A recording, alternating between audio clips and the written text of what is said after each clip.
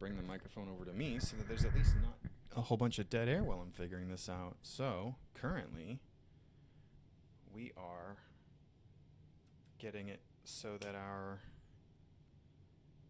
some of our mods can help us with some of these technical issues so that we can focus on streaming. So I'm creating an access session in our remote tool so that I can be helped. So I'm going to build and install this right now. And then if the mod that I hope is listening, he should see this computer show up remotely, and then he can connect to it, and I'll see, and then I'll know that he heard me and that he's connected. I'm going to try to be secretive with the name of the computer, although I mentioned it had something to do with streaming. I believe that's still accurate, but we're about to find out. Also, let me check chat, see if anyone said anything. He says, I got a hello. How's the audio quality for you guys? Can you hear me okay? Hello.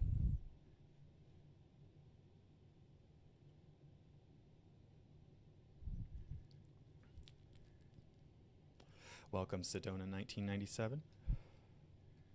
It's just okay. I tried to pick a pretty good microphone. Excellent. Excellent. This installation is taking a hot minute, so this is fun. I guess anybody in the chat, if there's any questions or anything, I don't mind jumping ahead. Although first off, I guess I want to introduce myself. My name is Kevin. I am here representing NeuroUnify, which is a nonprofit that is focused on helping autistic and neurodiverse communities. We are based out of Dallas-Fort Worth at the moment. The idea long-term is to create a structure that can be replicated so that the people that we've been able to support and help in Texas, we can start helping in, well, other parts of Texas and hopefully maybe other parts of the world. Show people what it's like to find a group of people where they can feel normal around instead of constantly being looked at like a outsider or a weirdo, or, you know, just seeming like your existence is confusing to people.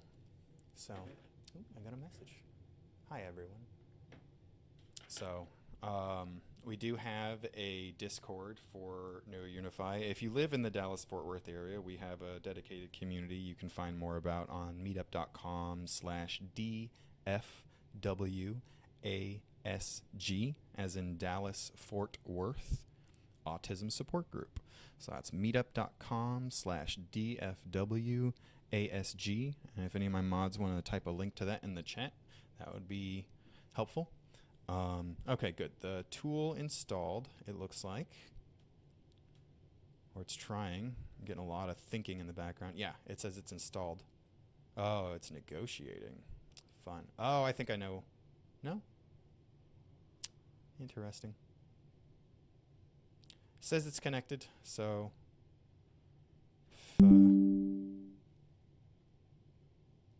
what was his username? I think Andres. Yes. If Andres wants to see if he can find the computer and connect in, that will let me know. And then while he's doing that, I will go get my I have a little tablet that I'm going to be using to help me make sure that I have all my content available and that I'm following along with everything. So I left that in the other room. It's about 30 seconds away. So bear with me, and then we'll get the show started. I appreciate everybody who's being patient. This is a learning experience, right? We're all going through this together.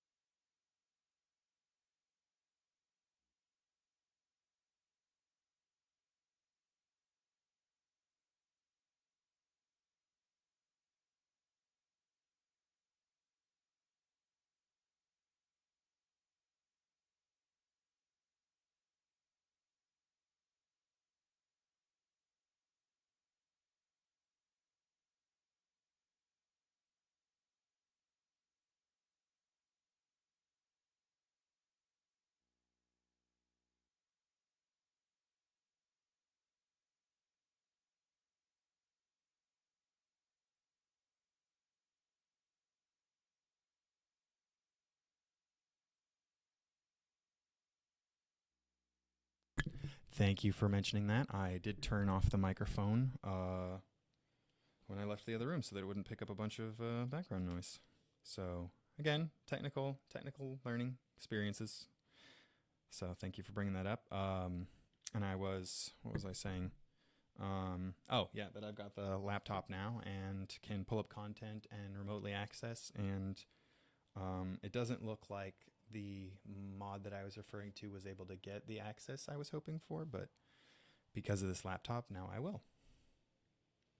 What does that chat say? It's hard to read from there, but that's why I've got this little guy here. So let me get to what we're doing, and then I can address that chat message. Maybe this needs to be a little further back. Yeah, put it right in my neck. That's what I wanted. Okay. So, I guess first I need to open my notebook. Oh goodness, I have not used this in a while. Preparation. What is it? Plan. Failure to plan is planning for failure. Yeah, failure to plan is planning for failure. So, but to be fair, I run the support groups on Saturdays. Sundays are usually pretty exhausting, and we just really decided to do this push on Friday. So one of the other things about being disabled is making sure that you give yourself a lot of grace and patience, because we can't have the same expectations of ourselves as we do other people, because for most neurodivergents, there's a bit of executive dysfunction, and I don't know if y'all have noticed, but executive is the ability to execute. So if you have a dysfunction there, stuff like this happens. But that's why I prepared to have this happen, and I'm, came into the first stream knowing fully that it probably wasn't going to go smoothly, and that's okay. We're getting it figured out, and then the good news is everything that we're learning today, we're going to be able to bring back with us tomorrow and do an even better job. So, look forward to that. Also, good luck remembering passwords. I think that's it. Hot dog. No, it wasn't. Okay, then it's this for sure, or I'm typing too fast. It was that. Okay. Could have been both. I probably should put this on silent, actually. 'Cause I know another fun thing about being neurodivergent, or at least more specific with autism, and then also a lot with trauma as well, is, oh, this organization has disabled this device. That's fun. Okay. Okay. Well, there's a web browser for a reason, so we'll, I have an IT background, so workarounds are something I'm intimately familiar with. Holy crap, Microsoft. Calm down. Okay, so we're going to go... Well, actually, first, let's get back engaged with you guys. I'm going to get logged into the Twitch chat so that I can follow along with these messages a little bit easier. Oh, is this not going to let me sign in here either? Oh boy. Good times. Well, I have Twitch on my phone as well. Oh, is it? Oh, it's trying. Let's believe.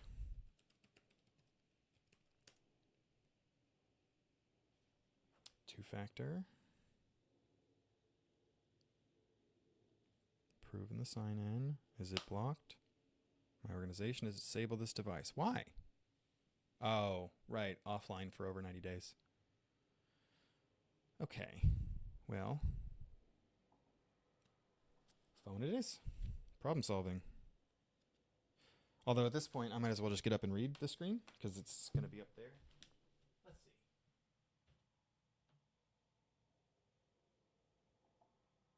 Sorry, everybody. I want to offer promotion of you. Oh.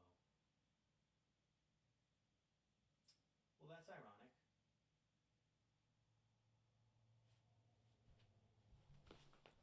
Okay. Not a question. It looks like a ad, I guess. So then we'll go to the OneNote. Although, I'm still, let me send a message to somebody real quick.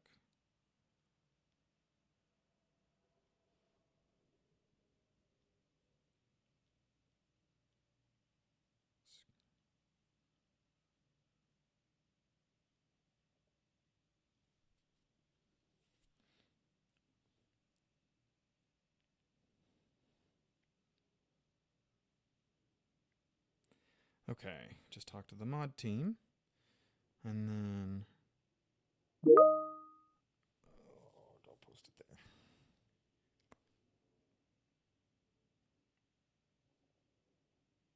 there. No, it should say something about streaming.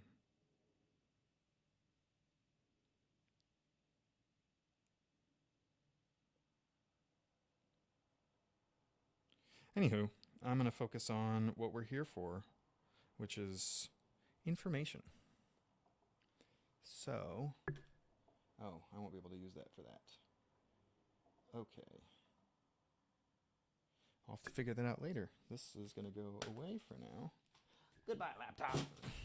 Hurled it across the room. Okay, so now we're going to open up this information I have here on my telephone for content. Oh my goodness. So many pop-ups. Microsoft, you are something else sometimes. Okay.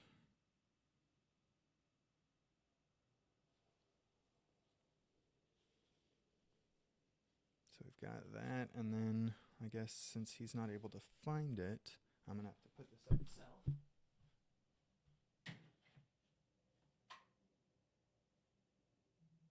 Ow!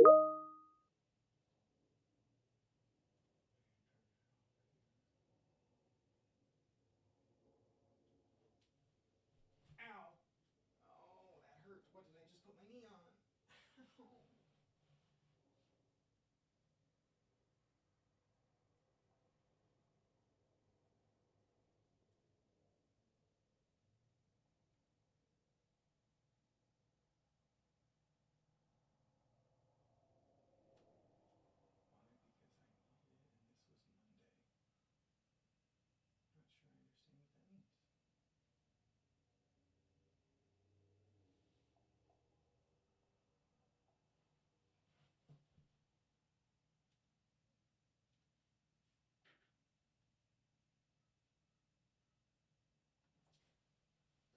Okay, so I am trying to load the content. It is taking its sweet, sweet time to do that.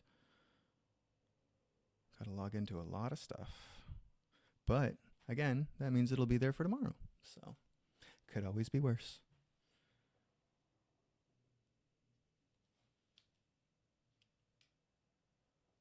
Why is it so slow? We have a very fast internet, comparatively at least.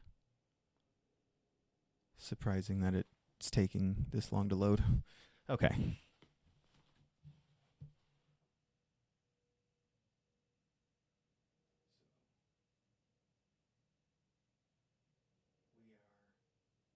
are at the main Q&A section. Neurodiversity news brief is the first segment.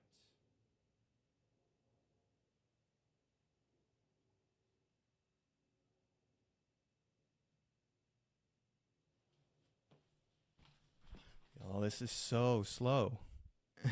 It's a fiber internet connection, hardwired, and it's loading text, and it's taking minutes. There it goes.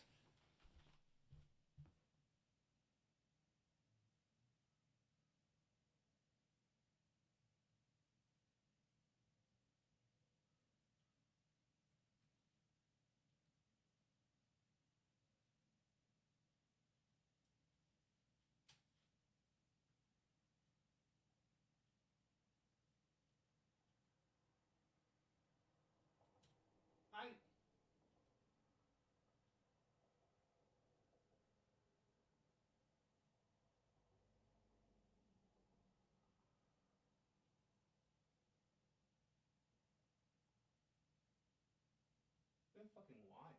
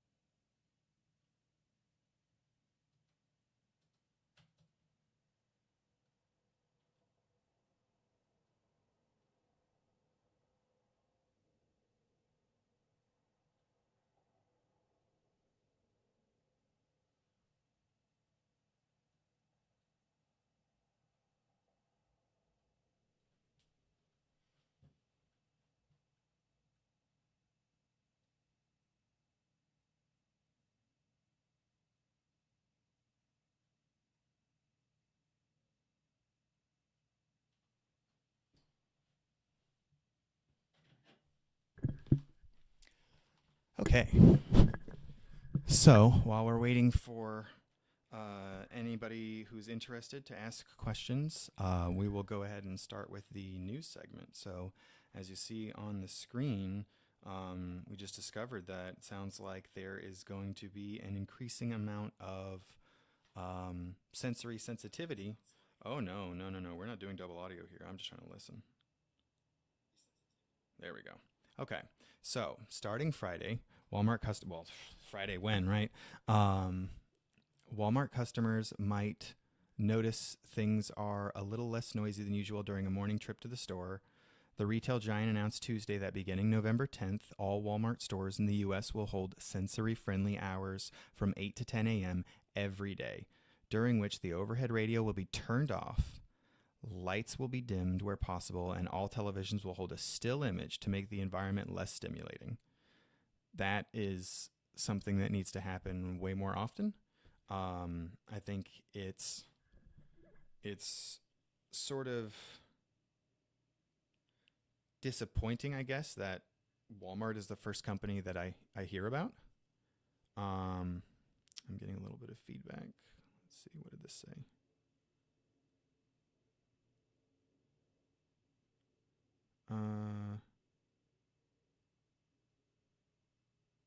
I'm not seeing. I was advised by somebody that there's some lag. Oh. Let's see. No, I mean, it looks like it's. I mean, yeah, it might be something on your end, but anybody else who's in the chat, feel free to let me know if they're experiencing any technical issues. But anyway, back to the article. I mean, this is kind of one of the things that I guess in two directions. One, it's kind of nice that a company the size of Walmart is taking this seriously to show how big the strides are that the community is making, that there's enough advocacy out there that, multi-billion-dollar heartless conglomeration that's destroyed countless communities is actually willing to embrace a community to an extent, right? Like there's absolutely some affirming stuff in there. I think the disappointing thing for me is finding out for the first time about it being Walmart, right? Let me do this real quick.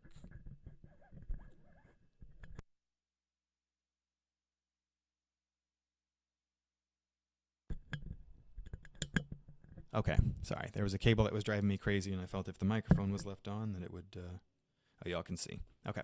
But anyway, yeah. So it's wonderful that it's happening. It's nice that a company like anybody is doing it. I think what would be nice, and this is kind of something that we've talked about doing at NeuroUnify a little bit, and we know that there's other groups out there that are trying to accomplish a similar thing too, where I think it was referred to as something to do with the BEE, and they were using the B as a symbol, so that you'd be able to quickly identify upon looking at a building if a company was neurodiverse friendly.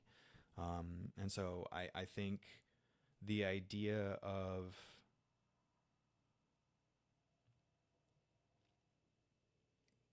this being hard to communicate, I think, actually. Yeah, exactly. Sedona, 1997, said, nice to feel a little seen through the fog of corporate greed. Agreed. Agreed. That's funny. But anyway, the thing that I think is the hardest is when it comes to community outreach like this, how do they send a message, right? Like this, I think this was Fox. I'm not sure there's a whole lot of our community that's like super invested in Fox broadcasts. And I mean, it's nice that businesses are taking notice. Don't get me wrong, but I'm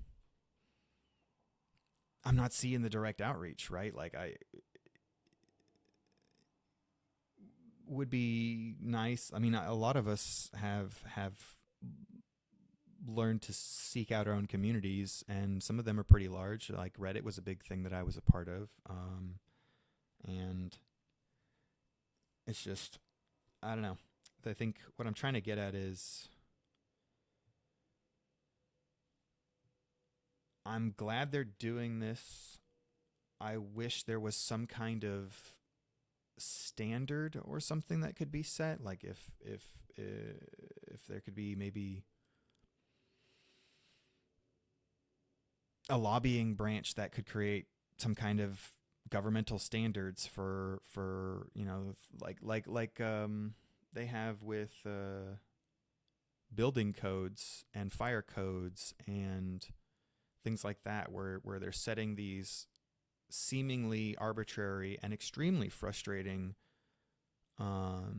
regulations for a business owner or a contractor or whomever. Like fire codes, as a security person, fire codes drive me crazy, right? Because it doesn't matter how good your security is, the fire department forces you to put a key to everything right outside your door with like the easiest to pick lock ever. And you just have to deal with it, right? And I don't think it's an unreasonable request to ask for those same accommodations to be made for things like sounds and flashing lights and stuff like that. Because I mean, at the end of the day, you've got people who like, there's a lot of just plain misophonia in the autism community, but some of the comorbidities for a lot of neurodivergent people can involve having like seizures and migraines and all kinds of just crippling things that happen because somebody didn't change a ballast in a fluorescent light or something like that. And I think, you know, that's kind of a big part about why we've started this stream is to be able to create a conduit to the community for stuff like this, not only to advocate on our end, but also to really try to connect these bridges between what's going on in the world and how it affects us, so that we can play a role in the conversation, right? Like I wouldn't doubt that a group like Autism Speaks or something is playing a role in some of these discussions because they're the loudest one out there. And so if you're a company like Walmart, when you think about how do we make our environment more inclusive so that we can say, hey, we're inclusive and make more money, you go with the big names, right? Like you don't go and hunt down the YouTube creators that have like 400 or 500 viewers, the ones who are making extremely dedicated, richly detailed, very well researched documents. You go after a group like Autism Speaks, who's got their name on cop cars and on TV and on movies and stuff, right? And so that's kind of been a big motivation behind doing a lot of this, is trying to put a voice out there that can speak counter to it. And so that's one of the reasons that we're doing this Q&A format. So again, if anybody has any questions or anybody wants to know anything,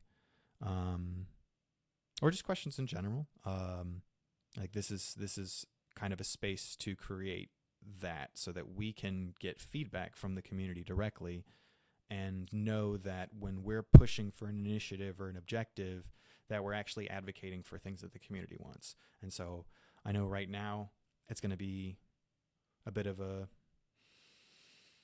dream, if you will.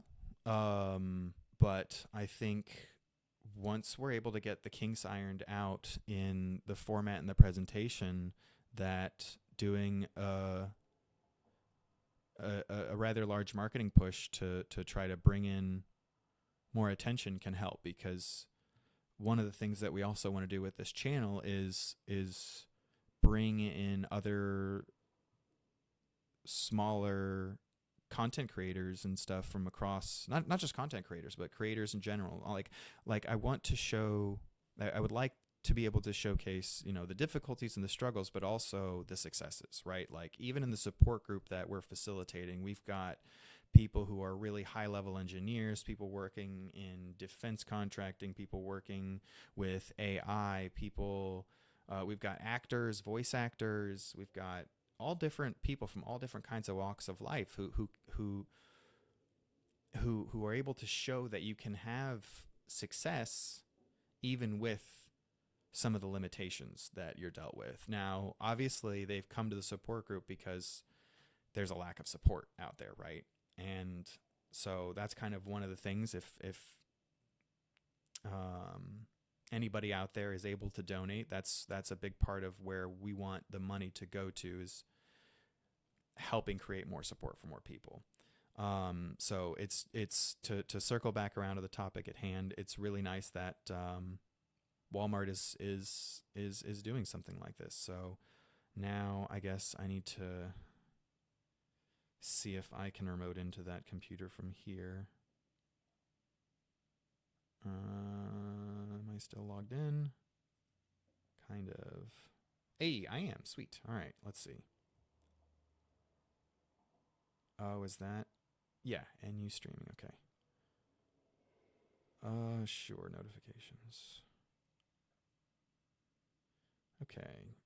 And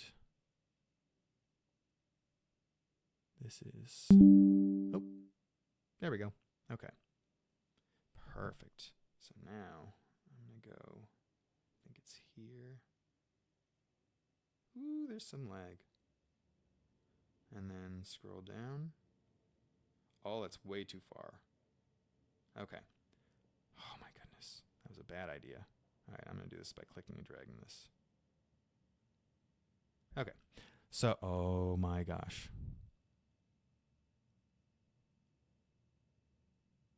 Doing this with lag rules. Okay.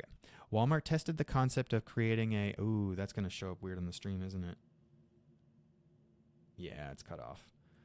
Okay. Oh, well, I can see comorbidities. Ah. Okay. Yeah, I guess I've sort of generalized the concept of comorbidities to be a catch-all term. I should be more careful with it. Thank you for bringing that to my attention. So one of the questions was, how do you feel about the idea of I am autistic wallet cards with autism info aimed at police, other LEAs? Good idea for safety or increased potential for negative consequences? Honestly, I think it's both. So I noticed that when I got my license renewed recently, that it had a little checkbox on there. And my first thought was, oh my God, that's amazing. Because I think about all the times that autistic people or people on the spectrum will get shot and killed by police for miscommunication. And that's horrifying and devastating. So the idea behind it, I think, is really validating. The concern I have is sort of the same concern I have when it comes to the medical environment. It's who's doing the training, who's doing the reinforcement, what are they teaching them, right? Is it somebody actually autistic, hashtag actually autistic, who's going to be providing those...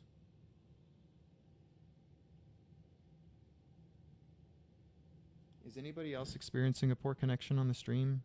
Just let me know. But the who is it the one that's who are the ones who are providing the education, right? Is it training from a cop who read an article online that he saw in like a Facebook group? Is it a trained neurodiversity specialist who like works actively with people and is one themselves? Is it a quote unquote medical expert? I think the way that we would be interacted with is going to vary wildly depending on where they get that information from, right? There's still standards of care that talk about how just holding and squeezing somebody is considered an adequate method of sort of restraint or trying to regain control of a situation. I think if I was having a meltdown, I mean, especially with some of my traumatic history, a random person grabbing me is not going to go over well, right? And I think that's the thing that scares me.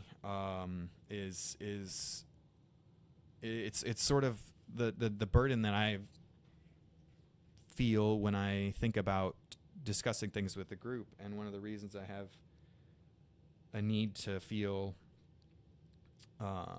corrected anytime I use a mislanguage.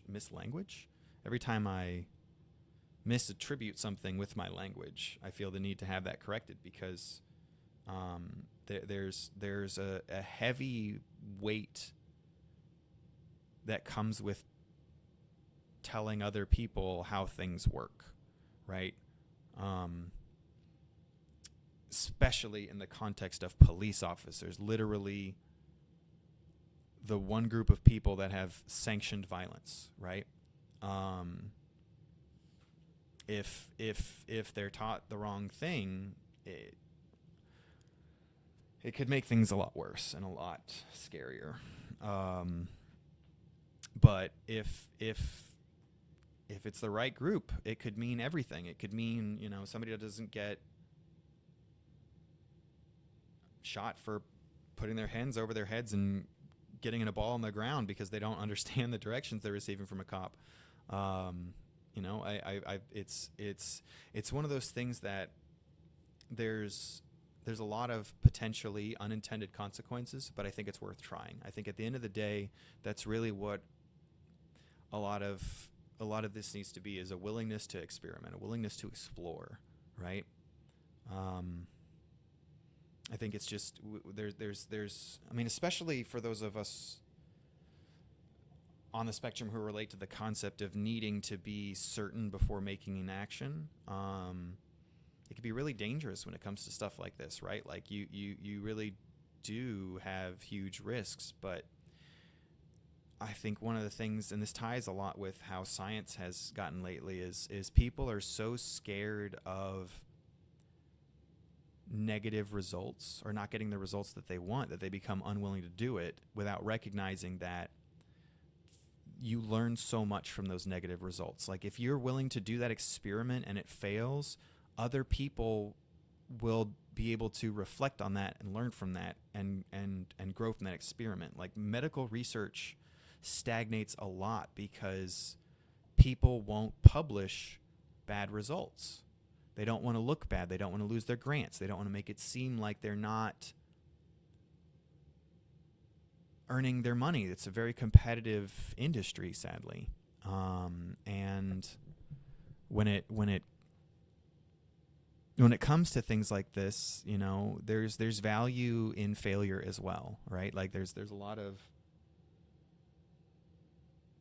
good that can come from making horrible mistakes. I mean, a lot of the rights that we have right now in this country were hard fought through people having to learn stuff the hard way. I mean, civil rights itself wouldn't have happened if people weren't willing to get beat in public on TV, right? Like it's sometimes the risks are worth the education, but at the same time, that also brushes up against something that I very much respect and understand and value a lot nowadays, where there's a lot of minority voices that are getting fed up with having to be the ones to explain. And I think that's fair. I think, especially in this country, some issues have been argued about for hundreds of years with the same arguments back and forth, right? And at a certain point, you can go do your own dang research, right? It's not our job to teach you. It shouldn't be. That said, I don't see a whole lot of other ways other than making those attempts. Like there's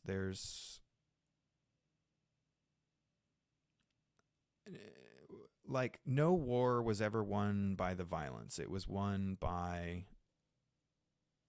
the culture or the politics, right? Now, a lot of times the violence helps. I'm not going to deny that, but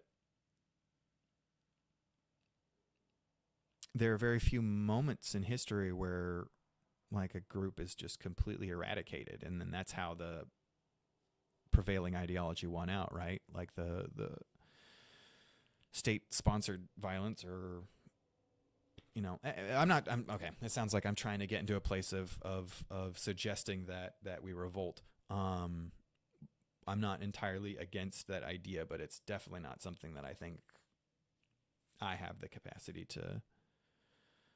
to put my 2 cents into. I think the most important thing is visibility. I think I've seen another chat message.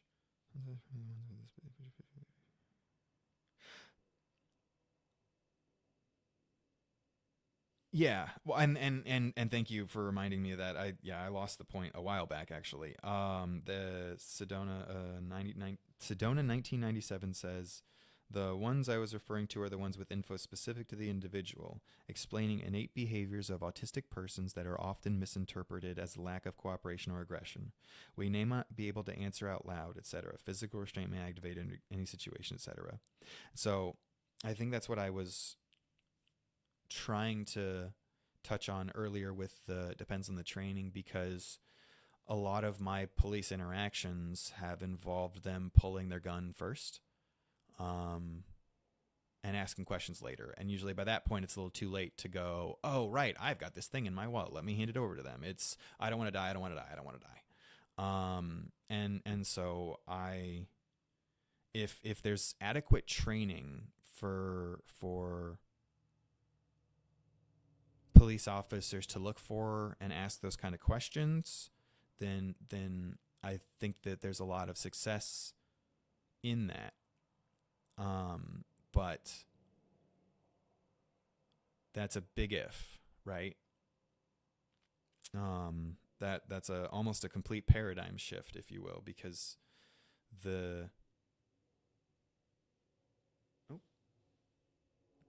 no, that's a Discord message. Anyway, yeah, so it's something I see a lot of value in, if not just for the sake of, like, even if there's just value in a placebo effect, that's worth it. Like, I have a condition called Ehlers-Danlos syndrome, or one of the related offshoots, basically. Autism inaccuracy sometimes. But the key thing that I've found a lot of peace with is I've had a lifetime of fighting with doctors about things and not being believed, and having a standardized document that I can, like, I was given a card by, I think, my physical therapist that said, in an emergency, these things are important, these things won't work, these things shouldn't be done, watch out for this, don't put them under this, stuff like that. It gave me a peace of mind, because at least I know there's a chance they're going to look in my wallet for some kind of emergency contact information or emergency information, no matter what. And so keeping that in there, I have this peace of mind that they'll stumble across it. I think with police, I think in like a traffic situation, it could probably come in handy a lot, right? License and registration, you give them license, registration, and that card, absolutely. And there would be a lot of peace of mind in that for me too, because anytime I see flashing red and blue lights in my rearview mirror, it's a panic attack almost every time, right? Looks like somebody connected who may have found, or it may have just disconnected from my phone, which I accidentally turned off. So let me see if I missed anything from the chat. Nope. Okay. All right. So let me go back to this article. Actually, I'm going to have to do this on the laptop real quick because trying to control the mouse was awful. But just to resize the window so y'all can read along.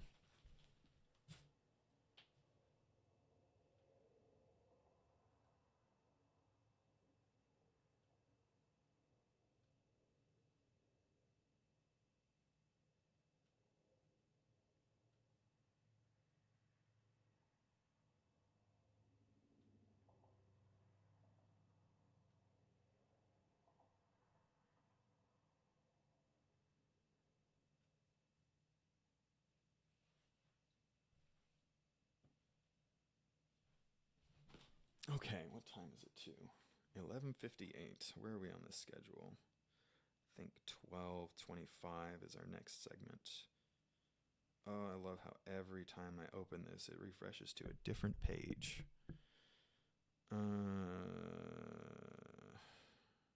Twitch Notebook.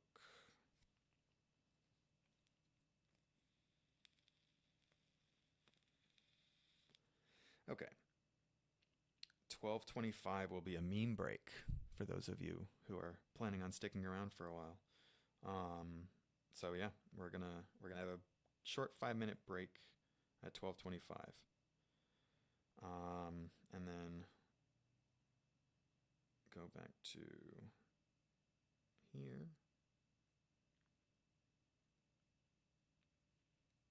Right. Okay. So let me go back to this article, which says, oh my goodness. Oh, I wonder if this is causing any lag. Maybe if I change the setting here. Select screen quality low.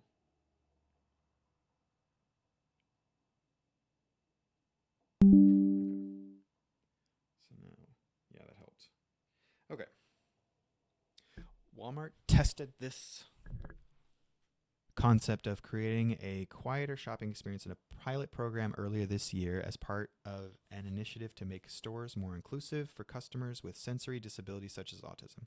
In a trial run during the back-to-school session, the retailer held the sensory-friendly hours Saturday morning. Following overwhelmingly, yeah, I bet. Neurotypicals hate that stuff too, by the way. It's less noticeable and they can filter it out, but it's, oh my goodness, this is an aggressive scroll wheel. Right. Oh no. Oh, I see. That's a terrible design. I need to change the mouse. Okay.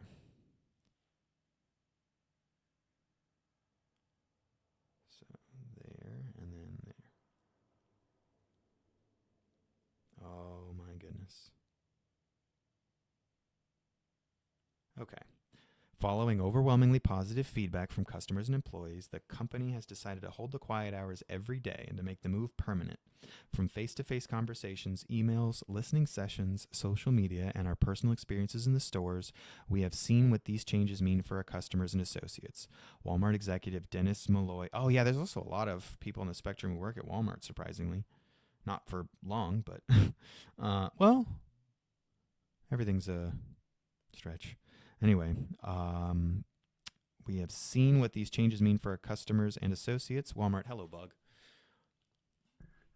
Walmart executives Dennis Malloy, Daedric, Cedric Clark, and Alvis Washington wrote in a joint blog post announcing the expansion of the quiet hours.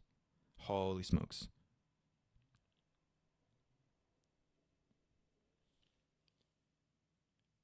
Several associates expressed the desire to continue the program all year, Walmart store manager Tyler Morgan said. We have associates with autism, ADHD, etc. in the store, and one associate made the comment that this is the first time the company did something just for him. I know we could all use some calm during the stressful holiday season, so I hope this program can continue. Okay. Come on, just a little bit. Just a little bit. I have a child on the autism spectrum, so sensory overload is a lived experience in our house, Nuala O'Connor, Walmart Senior Vice President and Chief Counsel for Digital Citizenship, said in a statement. ASD, autism spectrum disorder, and other forms of neurodiversity are often an invisible disability. It is meaningful to so many families that Walmart is implementing sensory hours. In the blog post, the Walmart executive said the company welcomes feedback on how the sensory-friendly measures in stores can be enhanced further.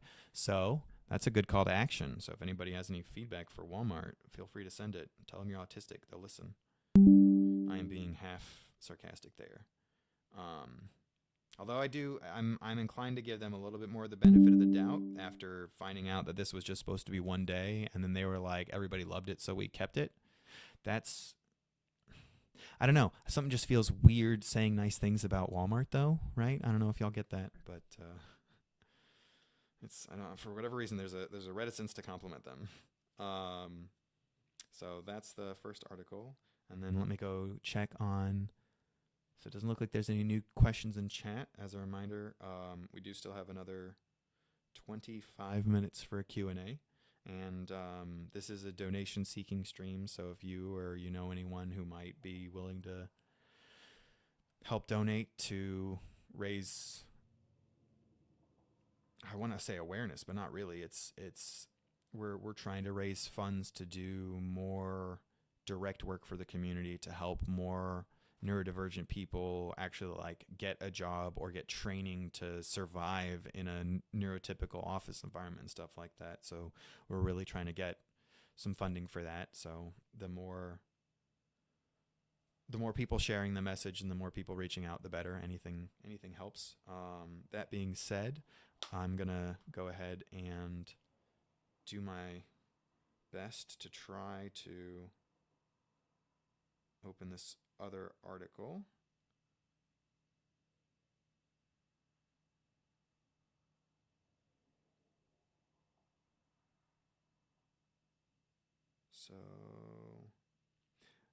So I have another news article. Is it in the stream? Excellent. So apparently there's a town that has been named an autism-friendly town. I think that's kind of interesting. So let's go over this. I haven't looked into this yet, so we'll both be reading this for the first time. Just B. That's the thing I was referring to earlier. Okay. Mount Pleasant is the first municipality in the Low Country to be named an autism-friendly city.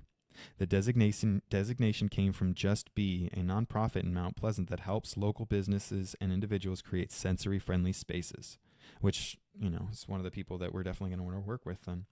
On April 4th, Mayor Will Haney proclaimed April as Autism Awareness Month alongside Council Member Laura Hyatt, Chamber of Commerce Director Rebecca Imholtz, Just Be founder Layla Luna, and other town staff members. The town of Mount Pleasant joins with Just Be and its members to become the Low Country's first certified autism-friendly town by working in conjunction with Just Be and future organizations to further educate our citizens, first responders, educators, and governing officials, said Haney.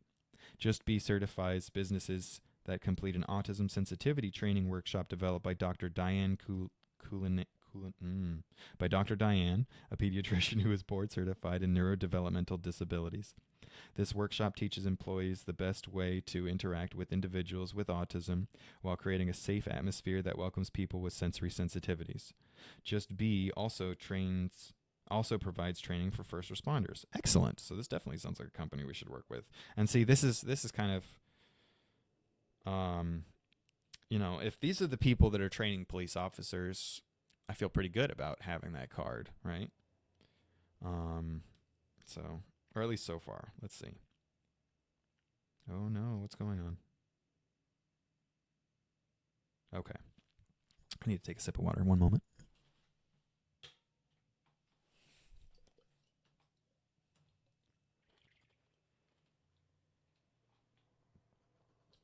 I will mute the mic next time I do that so that those weird sounds don't pop through. All right. autism impacts a significant portion of the population, and the rate of autism diagnoses is increasing in the United States. The Center for Disease Control reported 1 in 36 children receive an autism diagnosis compared to 1 in 44 from a study 2 years prior. Let's see. 1 in 36 to 1 in 44. Yeah, I wish I wasn't dyscalculic. Dyscalculaic? I wish I could do math in my head. I feel like a percentage would be easier for me to understand, but okay. Autism can range from mild to severe and includes a variety of conditions, such as challenges with social skills, repetitive behaviors, speech and nonverbal communication, according to autism. I thought that sounded awful when I was reading it. Mild to severe kind of set me off a little bit, and then everything else, and then according to Autism Speak sort of explains that. Oh, okay. I was trying to give him the benefit of the doubt too. I was like, oh, maybe they're going somewhere with it. Like, nope. But that, again, case in point, right? Like, who are you getting your information from? If it's both, that's... I'm going to have to do more digging into who Just Be is. Yeah, and this was something that I was talking about internally before I heard about these people existing. Once a business completes training from Just Be, a designated sticker is placed on the front door to let guests know the staff is trained. The organization is designing an app that lets users find sensory-friendly locations near them. Yes, do more of this. How do people find out about it, right? Like, how do we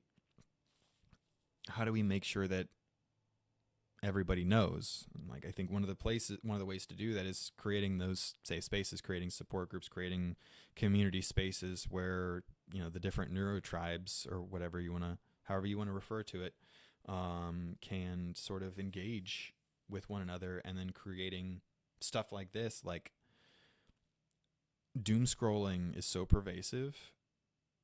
It's so easy to get lost in how dark and how negative everything is becoming lately. And when you're a persecuted minority group in whatever area, you get inundated with it face to face, socially, in work. It's like, it's one thing when you're doom scrolling, but then at the end of the day you get to go, well, hey, at least it wasn't really in my neighborhood, unless you're on one of those neighborhood apps, which I couldn't handle. Oh man, train of thought. The business. Oh yeah. Experiences like of just dismissal, of minimization, of being invalidated, ignored. You know, having information like this is helpful. Like, when I first heard about what this, like, the person who shared this article with me, when they first told me about it, my first thought was, oh, that's where I need to move to, right?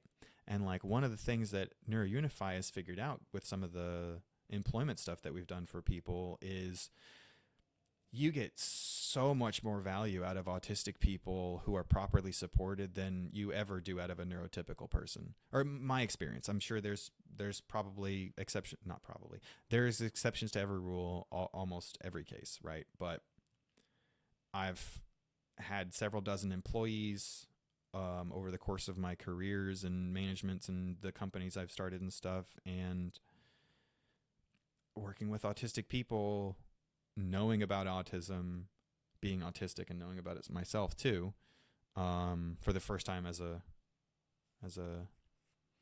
owner operator, if you will, had a profound impact.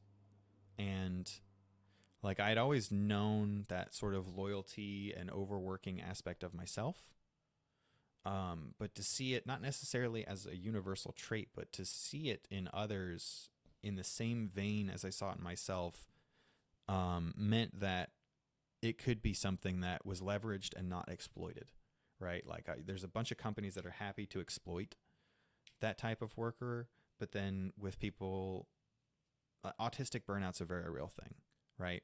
And it's devastating, and it's soul crushing, and causes a lot of lost jobs. It's one of the big reasons we have such an awful unemployment rate when it comes to being diagnosed as on the spectrum at the very least. Like the statistics are devastating. So, oh, okay. I got a text that was very helpful 20 minutes ago. I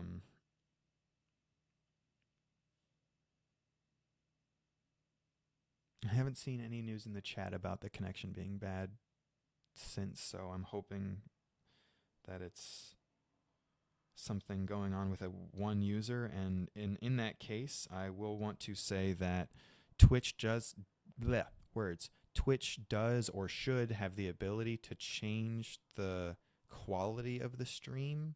I think you can drop the resolution, and that might be helpful if you're still there and still having an issue. So once a business completes training, blah, blah, blah, doesn't a sticker. Okay. Luna started just after recognizing a need in the community. Luna's son is nonverbal and autistic. Over the last 14 years, Luna has experienced businesses that are accommodating towards her son and others that are not. I could probably read that better. Luna has experienced businesses that are accommodating towards her son and others that are not. One time, Luna and her son were kicked out of a restaurant because her son was having a sensory overload meltdown. Oh, scrolling way too fast. Come on. People thought he was a brat, or I was a terrible mom, and we got kicked out. That moment was my call to action to be his voice and to try to change the narrative, which is sort of kind of what happened to me at the last job. I saw a bunch of people being exploited, and then they tried to exploit me as well, and I was like, hell no. And that was amazing to know that, we have the ability to say, no, we don't have to be exploited. Like, I'd still, situation's a little risky, but again, one of the many reasons fundraising is important, because can't let stuff like this keep happening. Luna, sorry for the smacking. I'll try to be careful. Luna took the initiative to start Just Be so her son can be an active member of the community instead of staying home. Luna said many people with autism avoid public places because they aren't accommodating. Most autistic children live in their room on an iPad because it's so hard to go out in public and navigate through the community. Hashtag me for the last 2 months. I'm just terrified of walking down the neighborhood because I don't know what kind of interactions there's going to be, and it gets... I have a lot of empathy for agoraphobes. I'll say that. I am somewhat of a social butterfly. I'm pretty good with people, but most days I don't want to be.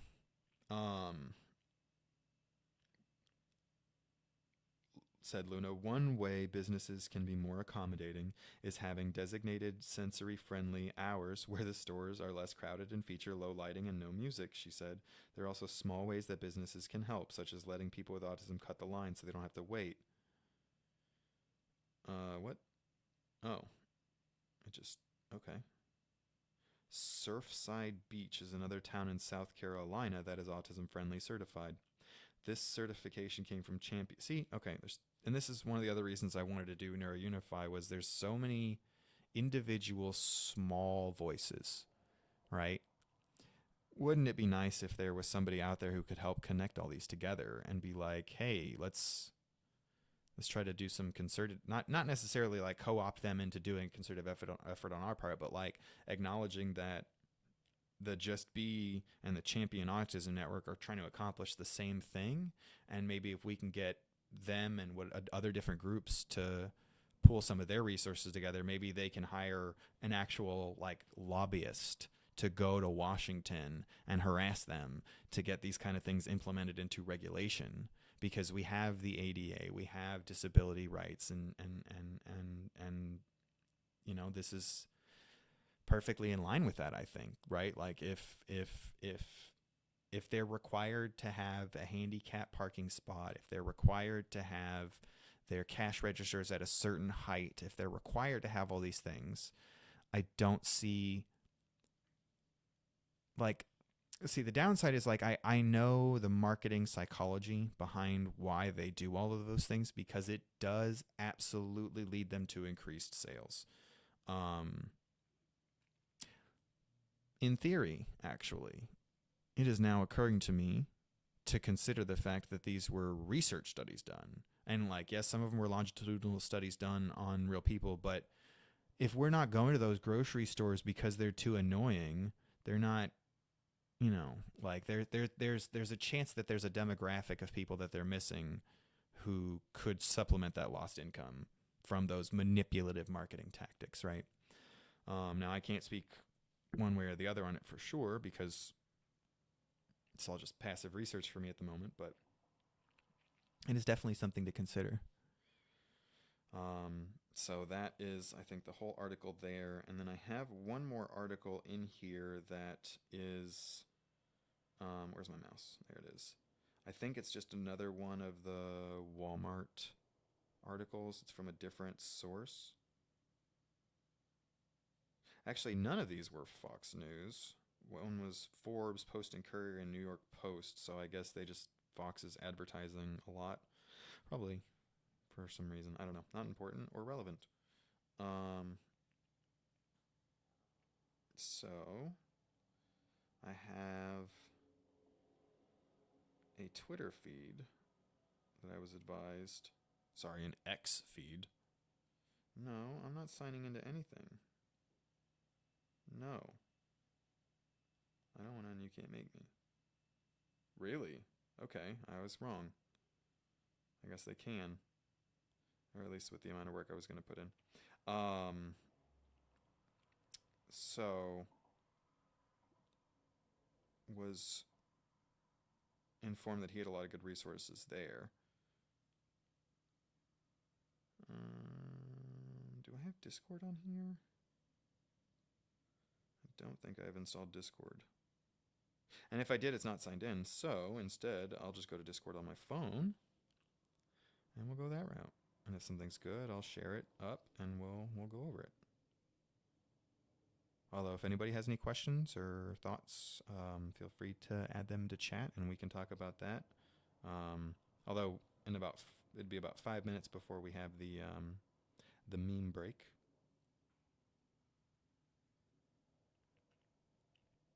In fact, yeah.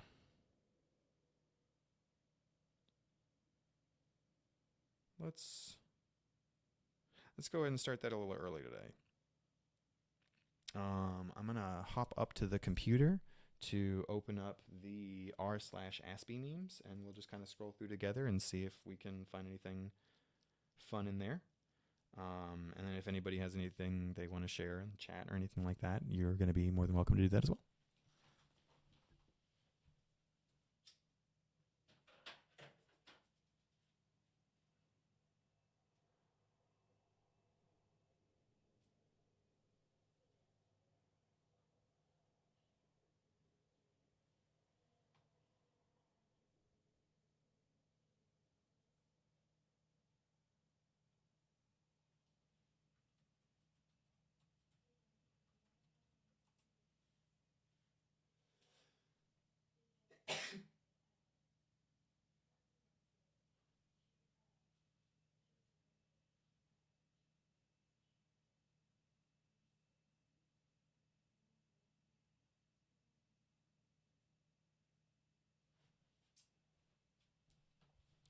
Okay, well that's fun.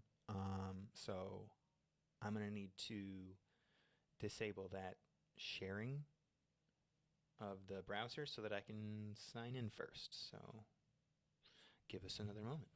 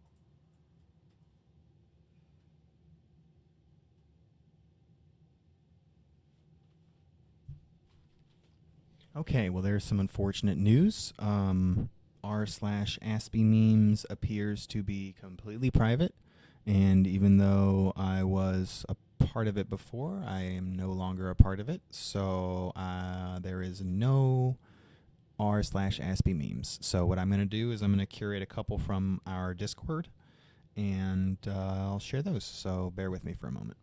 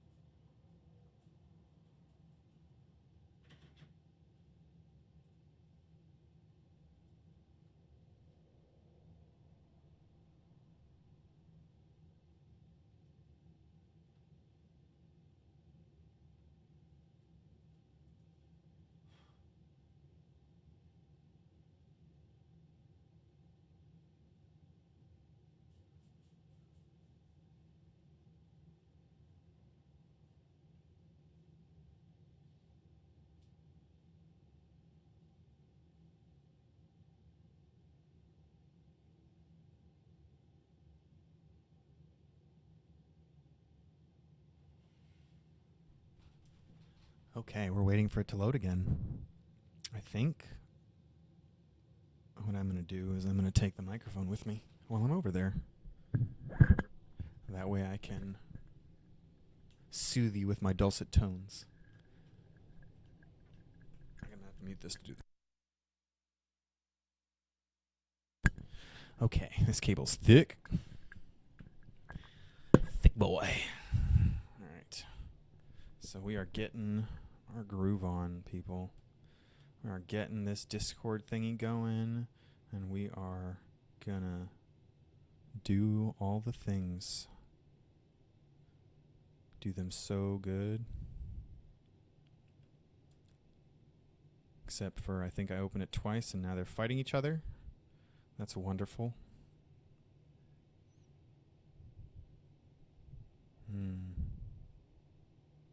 Take your sweet, sweet time. Encoding overload. Consider turning down video.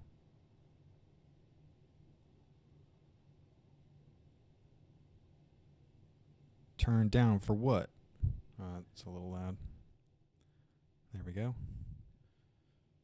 Turn down for what?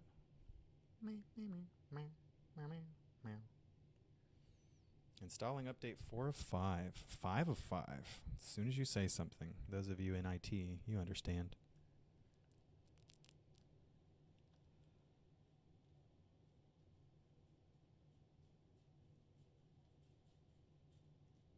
I can hear a doggo walking outside my door, being curious. Checking for updates. Okay. Wonderful. Wonderful. Wonderful.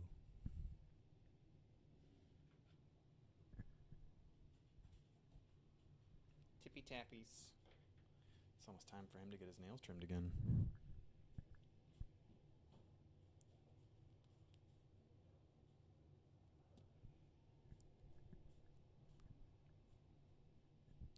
Sounds like there's somebody else here too.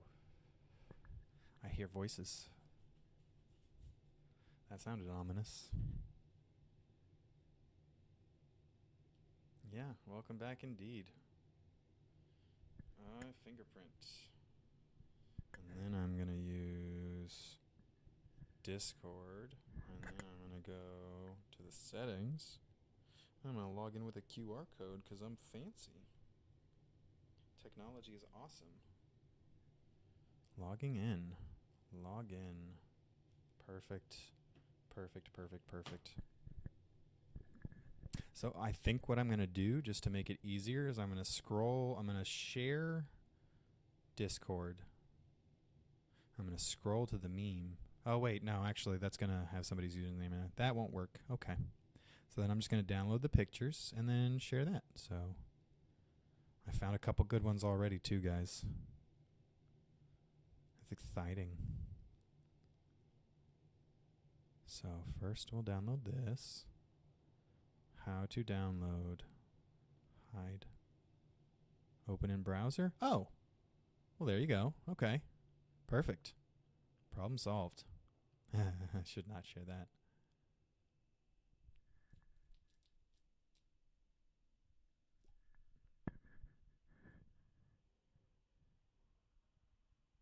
I like this. We'll do that for sure. Open in browser. Absolutely.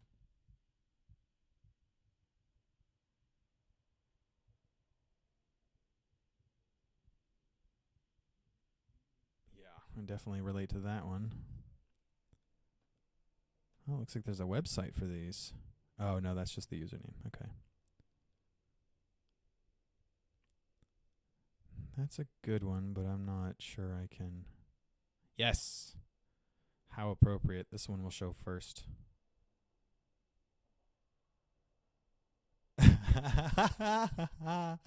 Oh, this one reminds me. I saw a little short on YouTube where Gordon Ramsay was talking to a chef, and he was like, "Oh, this is the thing," and da da da da, and oh, the rice. What'd you cook the rice in? The guy was like, a pot." And everybody just started laughing, and I was like, "What are they laughing at?" He's like, "I know you cooked it in a pot. I mean, what did you like?" He meant like the sauce or whatever. And yeah, good stuff. Okay. You know what I'm going to do? I'm going to do you guys a little favor. I'm going to go ahead and put one of the memes on the screen so that there's just something.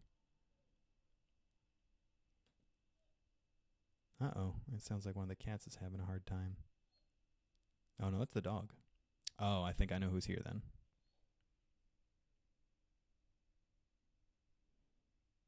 That means there's another dog around.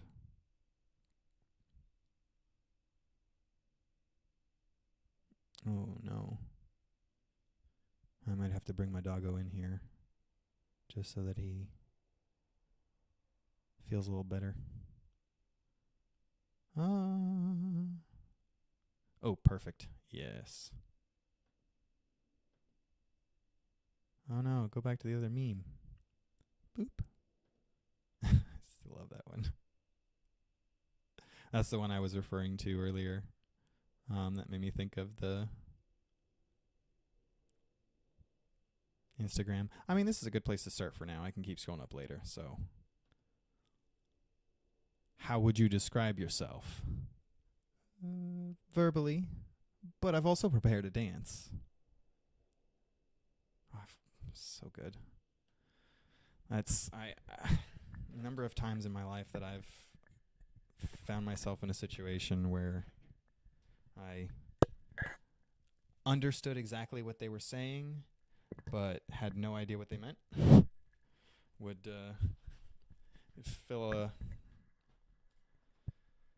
what's the name of that? It filled the Criterion Collection. Yeah, that's, oh man, that one's very easy to relate to. All right, so then we have them, but you don't look autistic.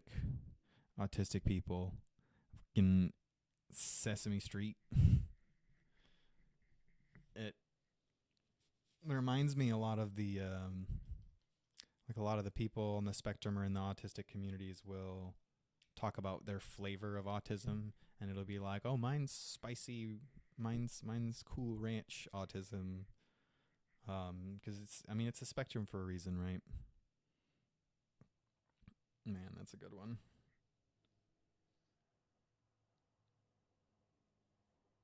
So, wow, it took me longer than the time. I tried to start it early.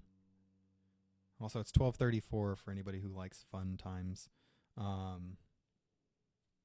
Yeah, so we're going to go over these a little bit for another couple minutes and then go back to either open discussion or I might try to find some more news.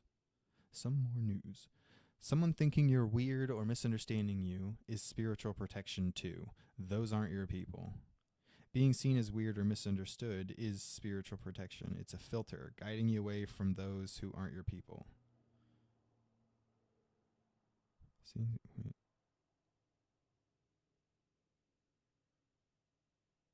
What? Aren't they saying the same thing? Being seen. Wait, which? Okay. What? Someone.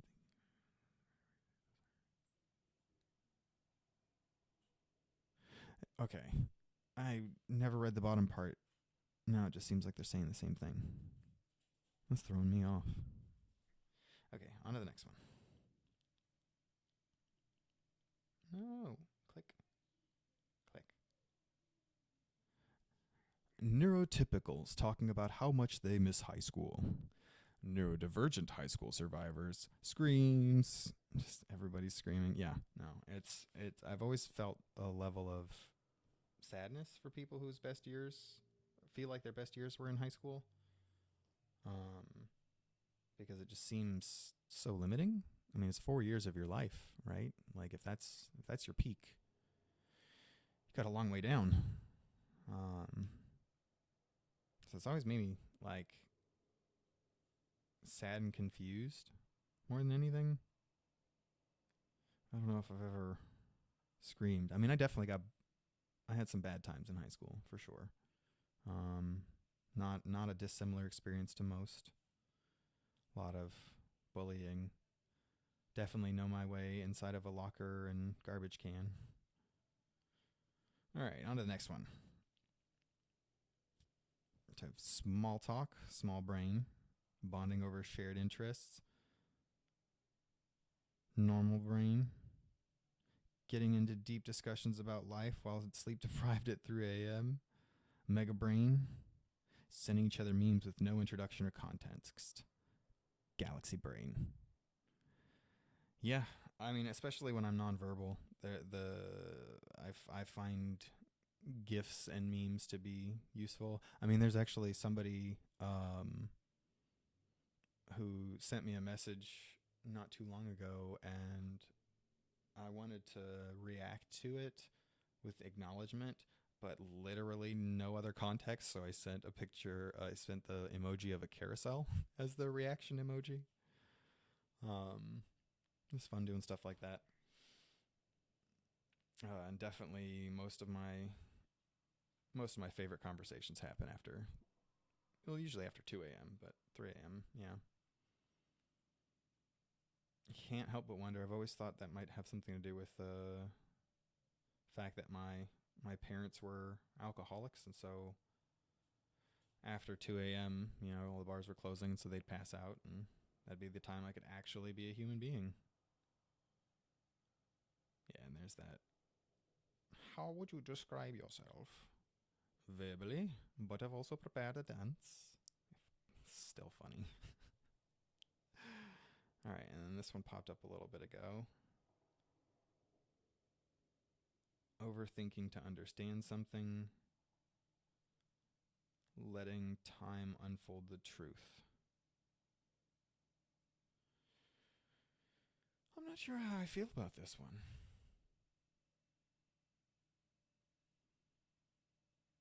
I mean, overthinking is definitely toxic. Like it's caused me way more harm than good, but just letting things happen without having any engagement has also caused a lot of boundaries to not exist. Just being like, oh, well, let's just let whatever happens. It's like, well, you can get burned by the sun too, man. I live in Texas. You look at some of our plants during the summer, you can't. Yeah, drought's a thing. But I think that's also why support's so important, right? It reminds me of, there's a quote that I really like: when a flower doesn't bloom, you don't blame the flower, you blame the environment. Or no, you don't fix the flower, you fix the environment it grew in. So, if this is getting adequately watered, had plenty of fertilizer, you know, maybe some shade somewhere else, some other plants or trees, right? Not just being all out there on its own. Then yeah, I could see this. Because otherwise it just seems too passive. But, you know, that's also part of the fun of my flavor of neurodivergence is I really take a lot of the joy out of some jokes sometimes, because if it doesn't make sense, I can't. Like there's a level of giving license, right? But then there's also just being like, that's not how that works. Like, that's the joke. It's like, you could do better, right?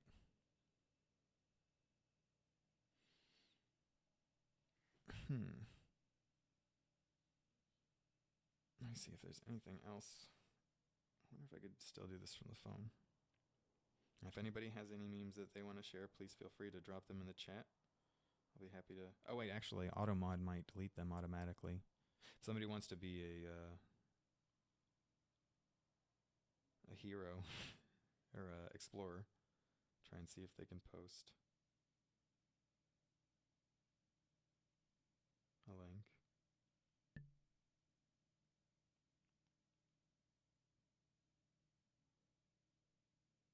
Let's see. Oh God, yes.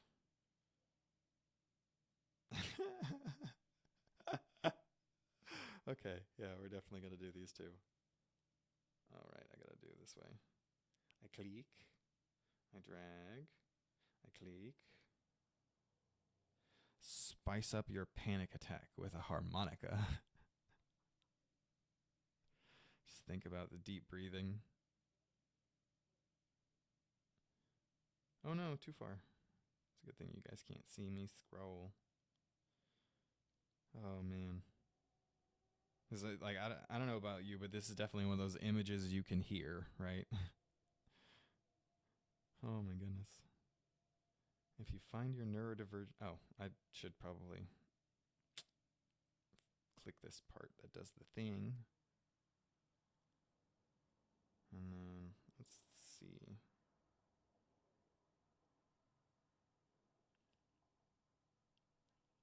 Quiet chat. That's okay. First stream. So then... Okay, let me get back to the right screen. I didn't read this fully, but I liked what I first saw. Okay. If you find your neurodivergent person in a dark room, do not turn on the lights while asking, why are you in the dark? We are not lost bats. We know how light switches work. We can even answer questions if you give us a minute. Oh my God, that's so accurate. It is one of the most annoying things at work when I was doing stuff. Would be like, I'd be in an office underneath a desk and nice dimly lit, like quiet, and then they just come in here, flip on the lights, and be like, oh hey, it's kind of dark in here, and immediately just like headache. It's like, yay, I love it, wonderful. We are not lost bats. We know how light switches work. Yeah, I would have turned it on if I wanted to. I promise you. I promise you that. Oh my goodness. Okay, and then there was another one. I can hear people outside of my window talking. It's creepy. I'm going to actually see what's going on.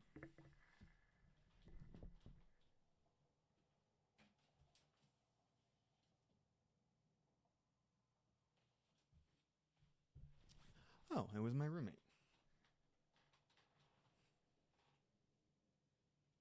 Less creepy. Also disappointing I couldn't recognize... Well, it's muffled through a bunch of stuff, so... Alright,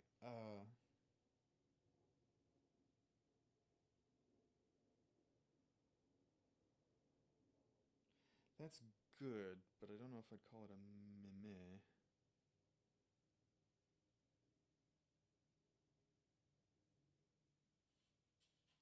I actually sit like this a lot. I'm going to share this. It's a good one. Do not sit like this. It is healthy and increases productivity. Sit like this. It is cool. Yeah. That is a delight. Okay. So, I think that is sufficient amount of time for memes. So, I'm going to go. We have another channel on our Discord that I can get some news articles from. Although I'm definitely open to anybody asking any questions in the chat or giving us anything to help out with. So,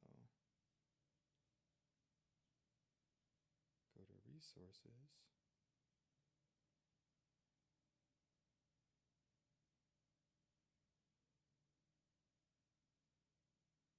That's definitely something worth bringing up. So, for those of you who don't know, there is actually a neurodivergent focused dating app. I think it might be autism specific. I can't recall 100%. But it's called Hiki, Hiki. I've actually met a few people on there. Had some pretty good luck. I've seen, at least in this area, there's a lot of users on there nowadays.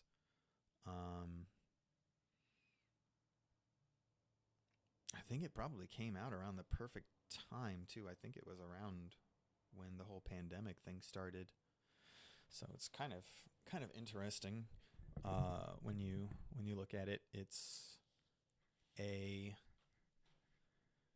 think one of my favorite things that I liked about it was that it had a section that said what your favorite stims are and stuff like that. So it was like really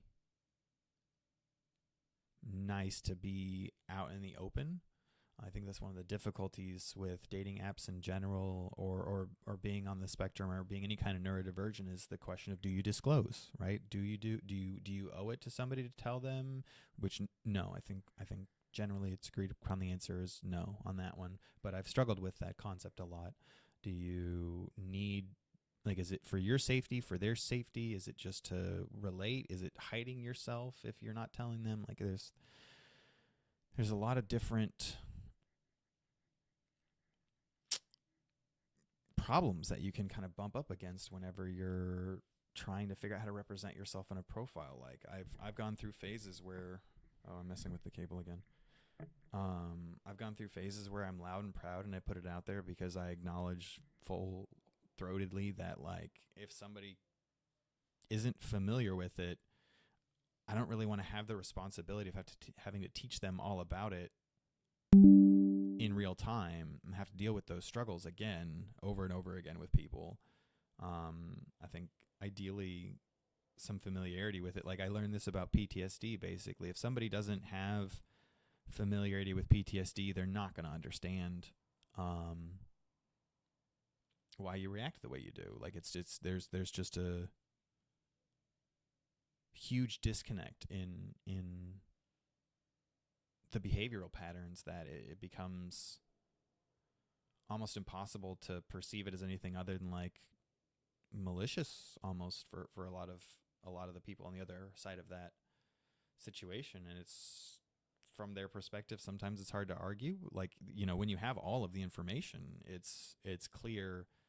And, like, if you have the ability to separate yourself from other people, and you can make that space for someone else to do that. But I think, the first time you have a meltdown in front of somebody, it changes things.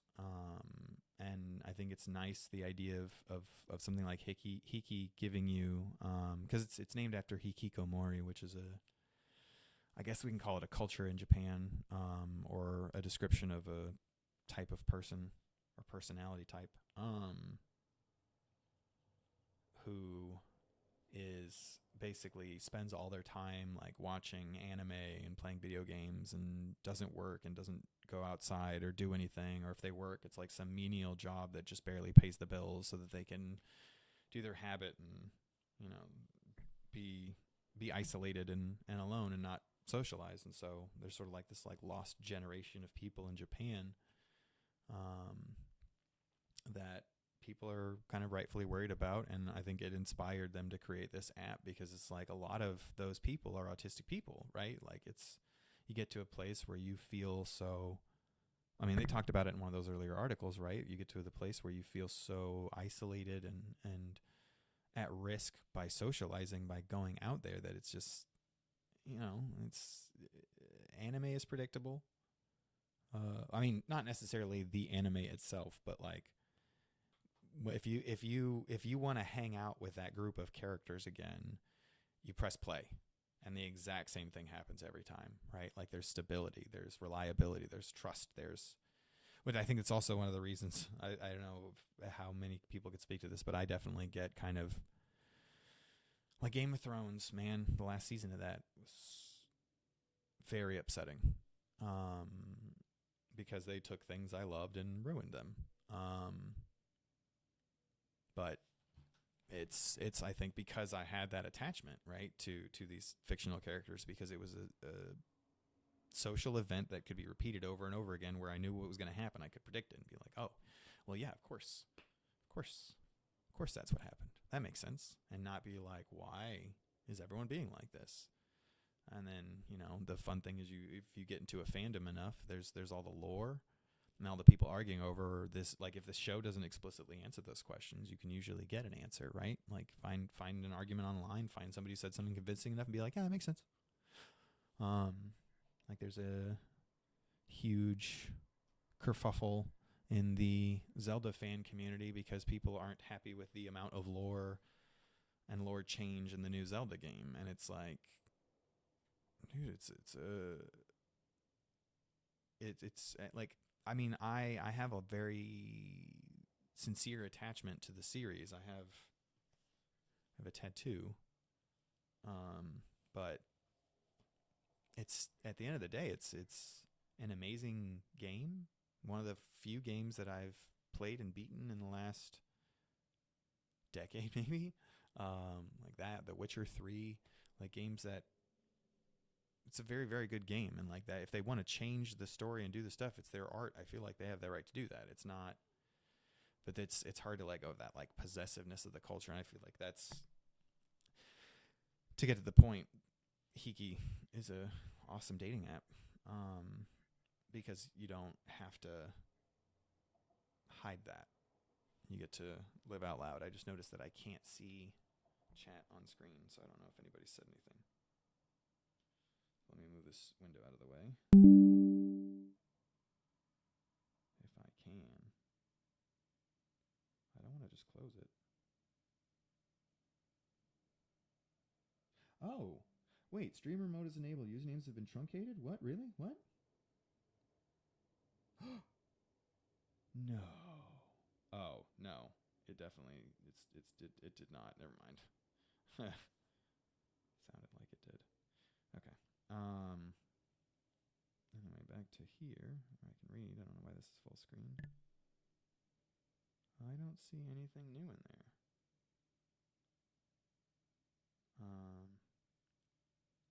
Okay.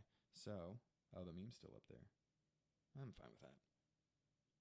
I think I was pretty much done talking about Hiki. So let me go back to Discord and see if there's... Show me something good. There's 2 people who are supposed to be here, but are surprisingly quiet.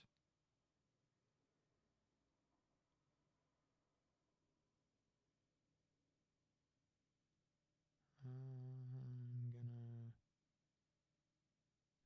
go back here. Okay, those are good resources, but... Ah, here we go.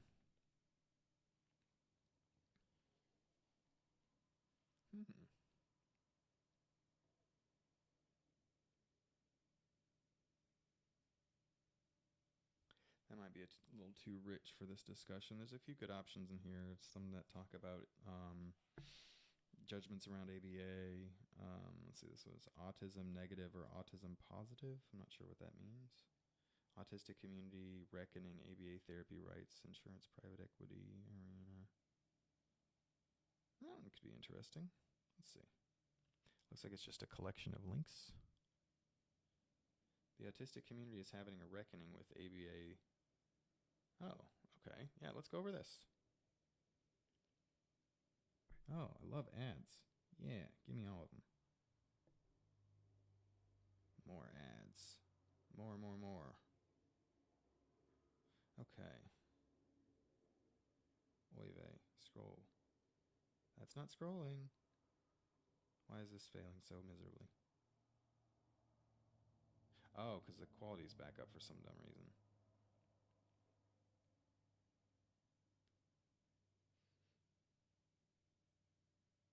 Okay. Private equity has excuse me, sorry.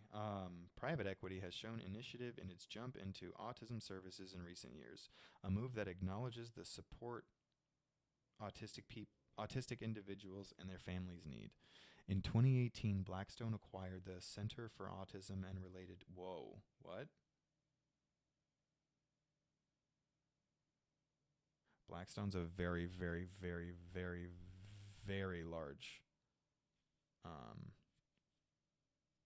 private equity firm. That's very interesting. See, the thing that's very promising, and that explains a little bit more about the Walmart situation. And so what I'm thinking is there's probably a lot of CEOs or really like high-performing people who are probably suddenly realizing they're autistic because of their kids. I've noticed a lot of, like with the support group that we run, I've noticed there's a lot of parents who come in who figured out they're autistic because they found out their kids were autistic. And they're like, wait, but I thought that was just normal. Or, they realized that maybe the ways that they've coped with it were trauma-induced methods of coping and not really necessarily coping, for example.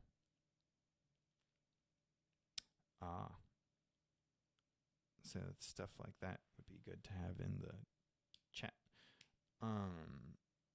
Well, could be. Anyway, useful information. I got a DM, if we will.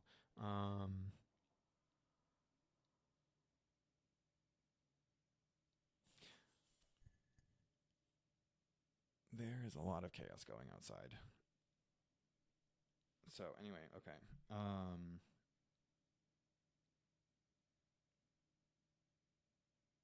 In their efforts to streamline responsive services for...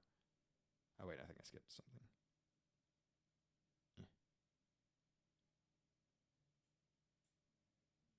A move that acknowledges the support autistic individuals and their families need. In 2018, Blackstone acquired the Center for Autism and Related Disorders, the world's largest autism therapy provider. Similar acquisitions by other firms soon followed. In their efforts to streamline responsive services for this population, investors and others within and outside of the autism community should be aware of the paradigm shift happening around autism services as new evidence emerges, and particularly applied behavioral analysis therapy, one of the main interventions for the disability. ABA has been in my family's life since my younger brother was diagnosed at the age of 4 in the 90s. Oh man, being dyslexic sucks.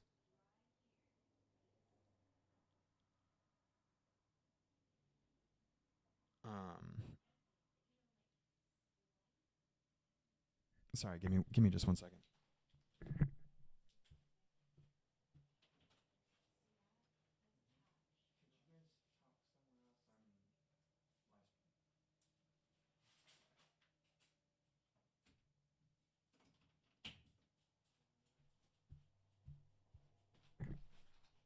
Okay, sorry about that. In their efforts to streamline responsive services for... Okay, let me read this a little differently.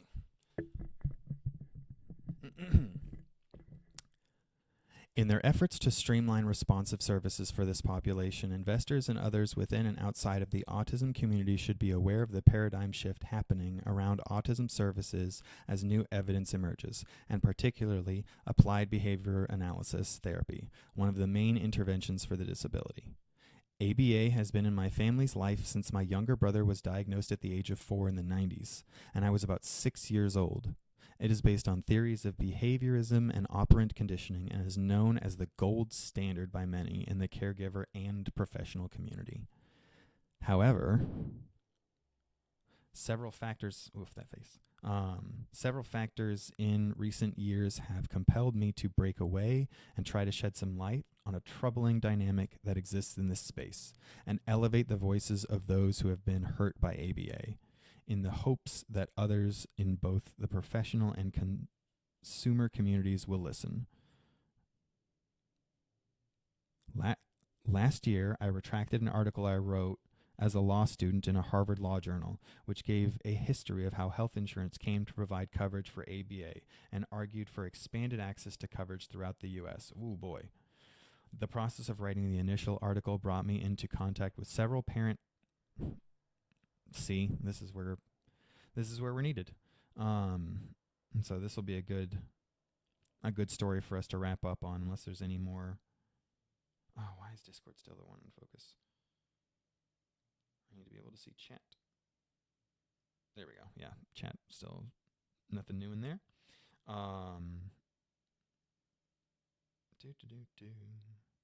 Last year, I retracted an article. The process of writing the initial article, yeah, this is what was devastating. Several parent advocates and professionals in the community who then invited me to work with them as they launched a new organization centered around litigating to improve access to autism services and primarily ABA throughout the nation. Yeah, they wanted to make the money. At the time, I didn't realize the set of experiences I'd have over the next few years would be as significant and perspective-altering as they turned out to be. A desire to conform. Autistic self-advocates have been speaking out about the harmful nature of ABA for a few years now, and they're being largely ignored.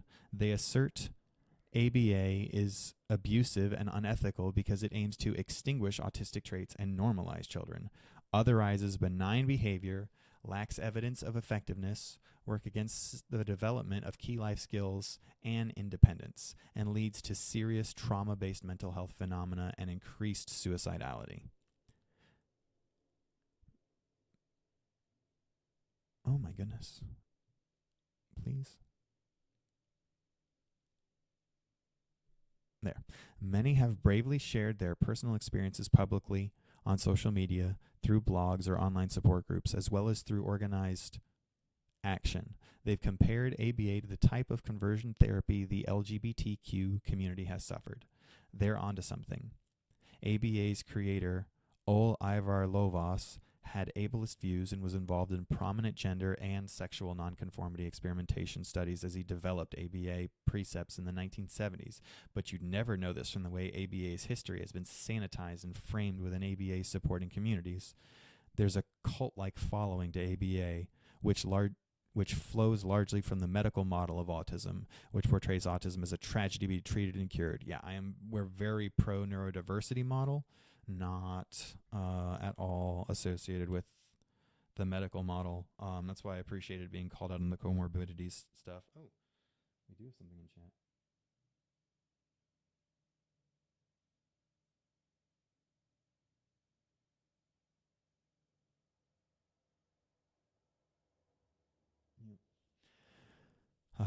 Many have... where did it go? Increased suicidality. Many have bravely shared their personal experiences publicly on social media. Oh, wait. Nope. Something.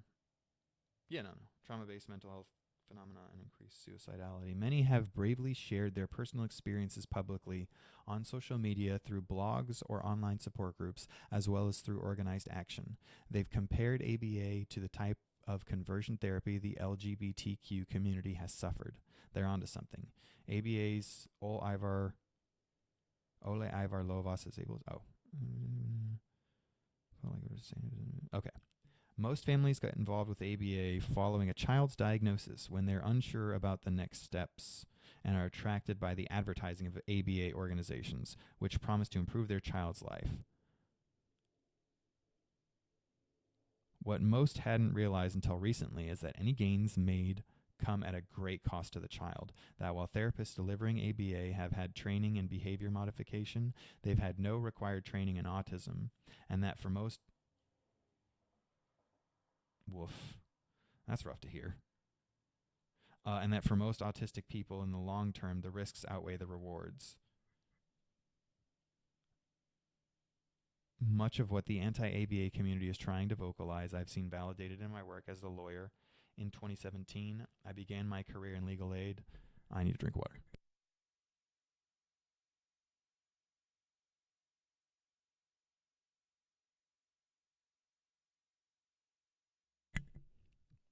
Okay. In 2017, I began my career in legal aid, representing low-income disabled adults in obtaining Social Security government benefits to pay for food and shelter, which involved extensive disability history and medical reviews in order to establish eligibility. I was exposed to a broad cross-section of the disability community, and what I witnessed regarding interventional methods didn't fit what I had been taught. Most of my autistic adult clients never received ABA due to its early unaffordability, and instead relied on other services to aid in language and skill set acquisition. Meanwhile, the autistics I saw who were ABA recipients, as well as several families I encountered in community advocacy. All right, let's see if I can do this. Click. What? Perform single left click here. And drag. And drag. No? What? Oh my goodness.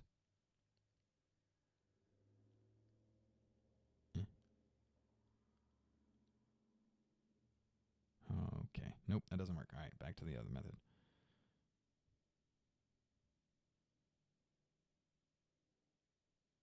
Okay.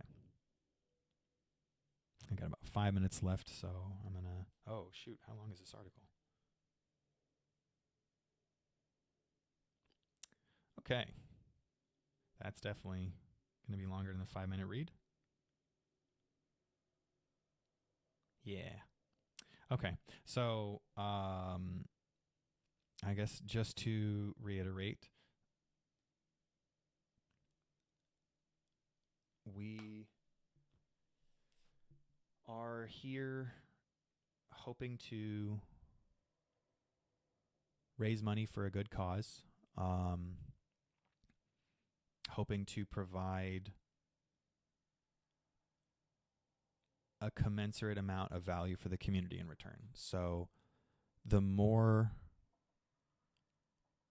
I guess, investment from the community we're able to receive, the more we're able to turn it back around and use that to reinvest back into the community. Like, the goal, I think, is to kind of be a force multiplier.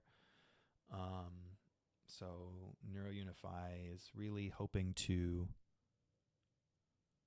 kind of bridge that gap. Like, we saw examples today a couple times of so many small groups coming up with brilliant ideas and working together to accomplish amazing things. And the only problem they're really fighting is scale. And I think, like, one of the unique things that I bring to the table as somebody at NeuroUnify is I have a lot of experience working at global enterprises. So I know how to navigate those environments to create those global connections with people. And because of my development, I basically grew up socializing on the internet almost exclusively. Most of my childhood and young adult life. And so there's a familiarity with coordinating things over technology that I think, with where we are at in time with the advent of AI and a lot of the old gatekeepers holding people from being able to have a voice are gone. With the amount of the ability to platform yourself and not necessarily be deplatformed or be censored or censured, it's the perfect time in history to take advantage of it. And with it being December, it is the season of giving. So we do have a Patreon. We also have a website, neuroUnify.com. There's a link to donate on there, but we're definitely looking for volunteers of any kind.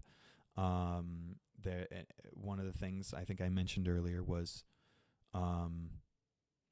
we really like to embrace and value people's talents. We're strengths first, and so if you're not sure what you could do or how you can help, all you have to do is reach out to us and ask. There's so much that is needed, and it's okay if you're not the best at directing your skills. With people who can help with that. So time, energy, money, even just if you want to help promote the channel, every little bit will go a long way. So I think without further ado, considering it is a little over 1:10, and I'm not sure if I can get to a clock that has something better than, oh yeah, it is now exactly 1:11. So thank you for watching, and we'll see you tomorrow.